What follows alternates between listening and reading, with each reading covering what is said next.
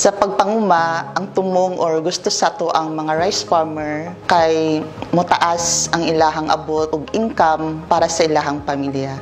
Importante ang saktong suporta labi na sa paghatag og saktong rekomendasyon sa abono. Pero sa pagpanguma o rice farming kay dili pari-pariha ang tanang lugar. Lahi-lahi ang kondisyon sa matag lugar o pagdumala sa basakan sa matag farmer sama sa variety nga gigamit, pamaagi sa pagtanom, pamaagi sa pagpangabono ug abot sa basakan. Maong sa matag lugar or basakan na eksakto nga rekomendasyon sa abono nga haom sa kondisyon sa lugar. Importante ang sakto nga pagpangabono, paggamit sa taas ng kalidad sa binhi, pagpatubig ug pagdumala sa mga sakit ug sagbot nga depende sa kondisyon sa lugar para motaas ang abot sa basakan. Base sa results sa research, adunay 400 to 1,000 kg increase sa abot kung sundon ang RCM recommendation.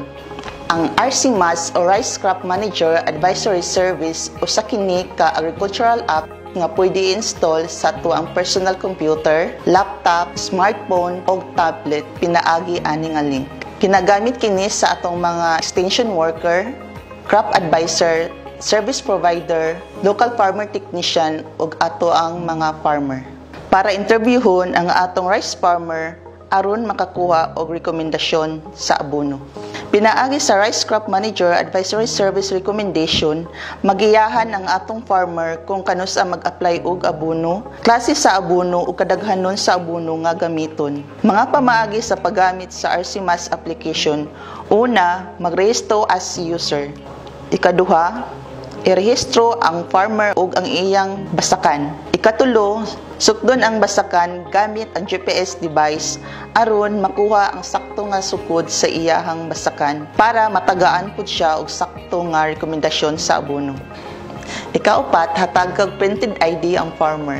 Ikalima, interviewhon ang farmer ug ang ikaunom, ihatag ang printed recommendation sa abono o isend kini via text message. Ang mga impormasyon nga nakuha sa mga farmer ug mga rekomendasyon nga gihatag ginahipos kini para magamit sa monitoring, evaluation, learning ug reporting sa Department of Agriculture. Para sa dugang nga impormasyon, among ginauhag ang atong mga mag-uuma nga moduol sa Municipal Agriculture Office para matagaan og saktong rekomendasyon sa abono pinaagi sa Rice Crop Manager Advisory Service.